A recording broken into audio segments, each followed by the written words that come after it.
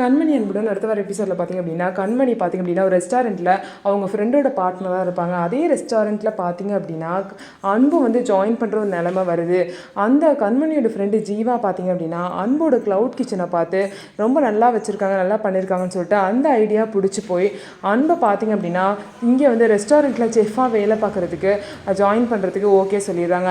அதனால பார்த்திங்க அப்படின்னா ரெஸ்டாரண்ட் பக்கத்துலேயே ரூம் எடுத்து கண்மணி வந்து தங்குறாங்க.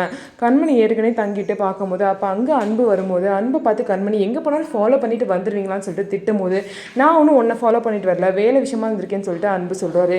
அதுக்கப்புறம் தான் ஜீவா வந்து இவங்க 2 பேரையும் வந்து பார்த்தீங்கன்னா இன்ட்ரோ வந்து கொடுக்குறாரு. இவங்க 2 பேரும் ஆளுக்கு ஒருத்தர் தெரியும் அப்படிங்கிற விஷயம் ஜீவாக்கு இப்போ வரைக்குமே தெரியாது.